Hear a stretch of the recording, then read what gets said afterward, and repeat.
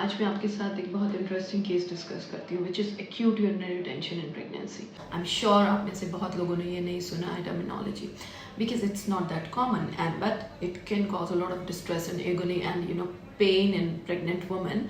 So you must know it. Uterus का एक axis होता है. Uterus is not aligned straight in your lower tummy. It is bending anteriorly or posteriorly.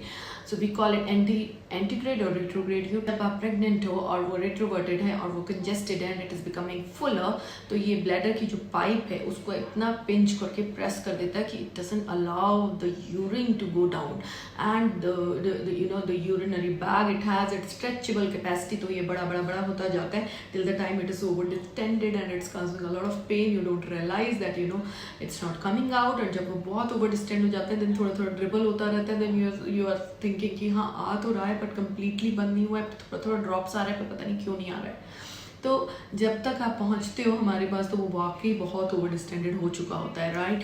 तो what we did was we did an ultrasound which was right there, available right there. We did an ultrasound and we realized that it's a big huge urinary bladder which is over distended, and we immediately did her catheterization and she was so relieved of the pain and agony. Still हमने उसमें rule out किया with a detailed scan the fibroids or any other mass which is not there in addition to the pregnancy जो उसको pinch कर रहा और ये condition बार arise हो जाए लेटर प्रेगनेंसी में, बिकॉज जो ये रिट्रोवेटेड यूट्रस होता है, जो डायरेक्शन का प्रॉब्लम होता है, ये ऑलमोस्ट 16 to 18 वीक्स में ख़त्म हो जाता है और ये स्टार्ट होता है ऑलमोस्ट 14 वीक्स से लेकर 18 वीक्स के बीच में कभी भी हो सकता है ऐसा, बिकॉज उस टाइम पे जो यूट्रस का साइज है वो बड़ा हो रहा होता है.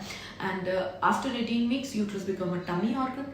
जब वो ऊपर आ जाता है फिर वो जो यूरेथ्रा को उसने टाइटली गले लगाया होता है उसका पीछा वो छोड़ देता है और ऐसे करके ऊपर आ जाता है बेबी के साथ.